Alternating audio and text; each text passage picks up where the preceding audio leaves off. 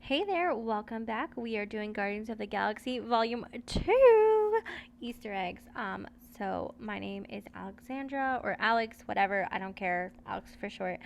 We are the Disney Pixar connection, we meaning me.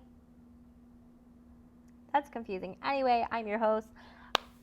Thank you guys for tuning in, whether you're new or a longtime subscriber. Thank you guys so much. Love you all.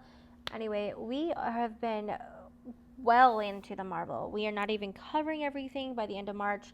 I know that seems insane. I'm actually going to be switching gears, taking a little bit of a break from specifically the Marvel, but we will get back into the Marvel scene later in the year because my goodness, there is so much to cover. Anywho, before we end March, we got lots to cover still.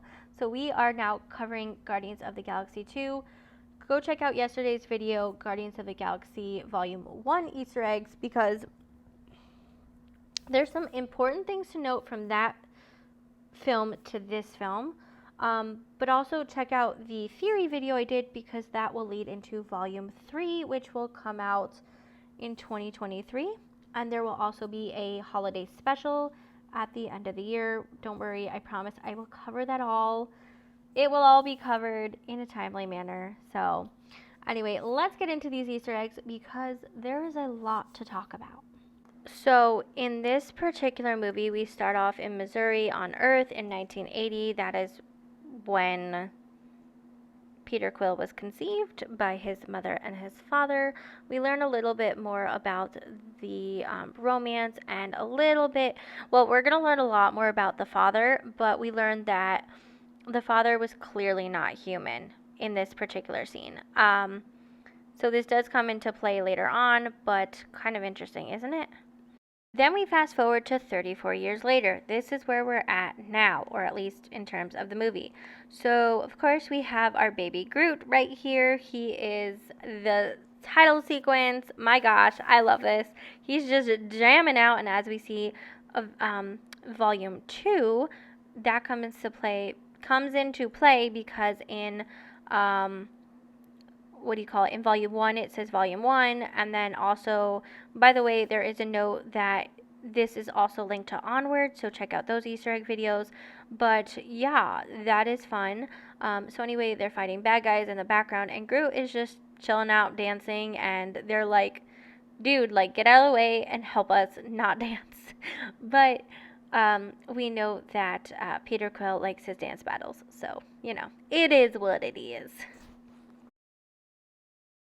Anyway, a lot happens. They end up at Ego's planet. Ego is ends up being Peter Quill's father. This is important because Ego lets on that he is a celestial, aka from the Eternals. He was one of the gods who was, or I guess he was technically an Eternal. It's kind of confusing because the Celestials looks like the big robots with like the six eyes and all that. Anyway, so we do learn more in this particular film that what the Celestials' point is that they need energy to be able to create energy for themselves, and so they want to take from the planets, and they kill because of that. So he does go on to note that in this particular scene. And Peter Quill has he's just like recognizing that, holy crap, besides the fact that I'm a god, and this actually makes sense why he was able to touch the soul stone in the first movie, and that is why Ego specifically went to go get him.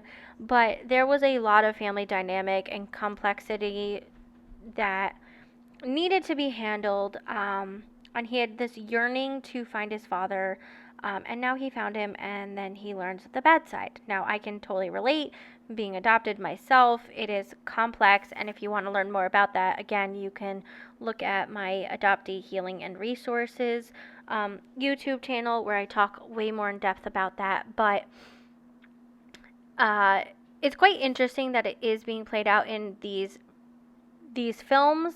It is also played out in the comics. This is something that Stan Lee actually does really, really well, and takes very relatable things that people go through and makes it part of these creators' characters, right? These these creators, these superheroes characters, these backstories, which is amazing. Like, I can go so much more on it, but you get the point. This is something that is super important because, again, the celestial thing will again come up in the Eternals, and this is not something that I even caught on to, again, watching this film originally.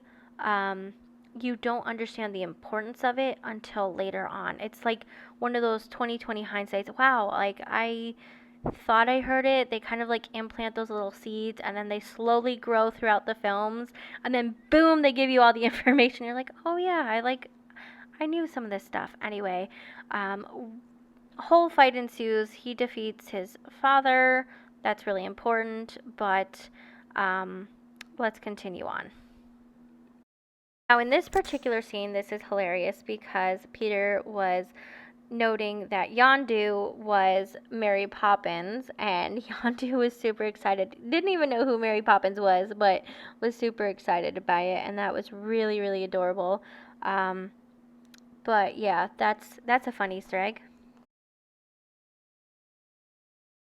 Then we have some sister bonding between Nebula and Gamora. There's, of course, way more to this, but Nebula makes it be known that she recognizes all of the trauma that Thanos had put her through, and she is going after Thanos. She plans on destroying him, and while she hasn't officially become part of the Guardians yet, she will eventually do that later on in Infinity War / Endgame.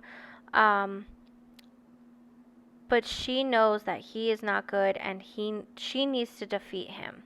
And she is no longer blaming Gamora. Like I said, with the adoption part, there is so much more to it that Thanos did to harm both of them.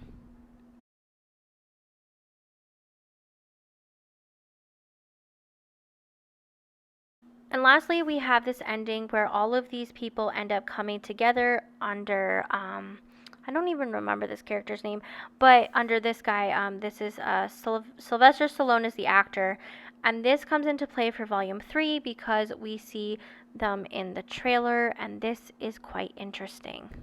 So that ending leads to Volume 3 because on the trailer, which if you know in my theory video as well as my soon-to-be Marvel updates, you'll see more of that.